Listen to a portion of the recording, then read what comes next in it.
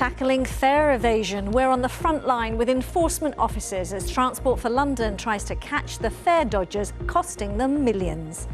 We start tonight with fare dodging on London Transport, a huge problem that costs TfL nearly £200 million a year, something they want to halve by 2030. They've recruited a new team of officers to try and catch repeat offenders and will be increasing ticket checks on board the tube and trains. Our transport correspondent Tom Edwards has more. On the front line, trying to stop fare evaders at Ealing Broadway, there are plenty getting caught with the wrong or no tickets. This passenger's ticket showed he was travelling on a child fare. When challenged, he objects and eventually runs off. Officers have a hands-off policy, so have to let him go. Others are given fines of £100. This year, these officers have given out £30,000. 9,000 other passengers face prosecution in court. And the officers have heard every type of excuse. So we tend to hear the common excuses, or we don't have money, or I didn't know, or I thought, why can't travelling be for free?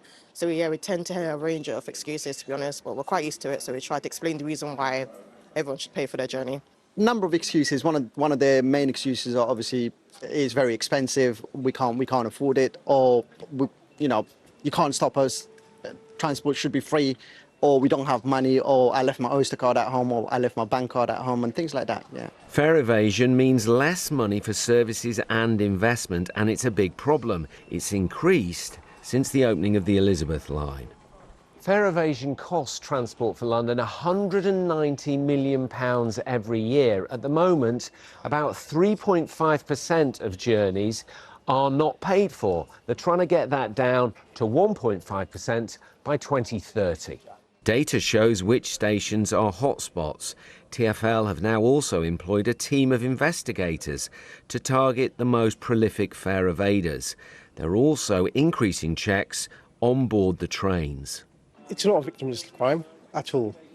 We have customers who pay their fare, legitimately pay their fare, and they will end up having to pay more because we'll be losing more revenue on the network. So we want to ensure that revenue is used for public services and to help keep fares at a low level. TfL admits halving the amount of fare dodging is a huge challenge, but these 500 officers will be trying to catch the offenders and hold them accountable. And Tom's with me now. Hi there, Tom. Transport for London sounding really keen here to clamp down on fare evasion.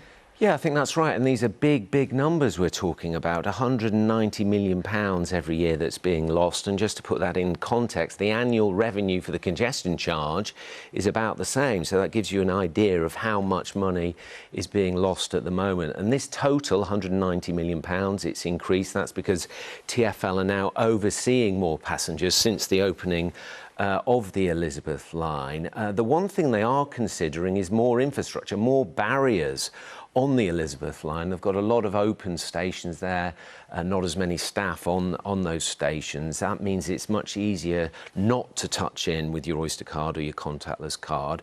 But I think it is going to be very difficult to get that total down from 3.5% by TfL's own admission.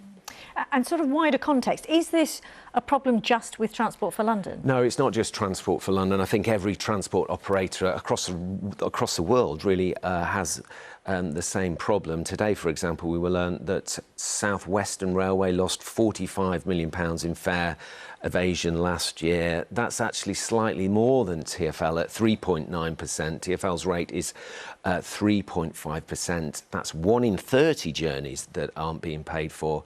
Across the rail industry in the UK, it's estimated fare evasion costs nearly £240 million a year, so it's an industry-wide issue.